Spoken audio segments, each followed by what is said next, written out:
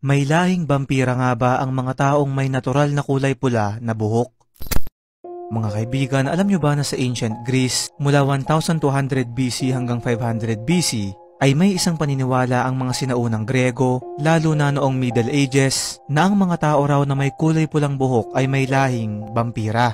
Noong mga panahon kasi na yun, ang kulay pula ay itinuturing bilang ang kulay ng diablo o demonyo, kung saan noong Spanish Inquisition pa nga, ay sinusunog nila ng buhay ang mga taong may buhok na kulay pula sa kadahilanang ang ibig sabihin daw nito ay madumi ang kanilang kaluluwa. Isa rin kasi ang Ancient Greece sa mga kulturang talagang naniniwala na totoo ang kwento patungkol sa mga vampira, at ang stigmang ito ay nagpatuloy hanggang early 1900s at sinasabi pa nga ng ilan na ito raw ang dahilan kung bakit ang mga redheads ay madaling magalit o mainitin ang ulo. Ikaw kaibigan, natural na kulay pula ba ang buhok mo? Kung oo ay baka meron ka ring lahing vampira.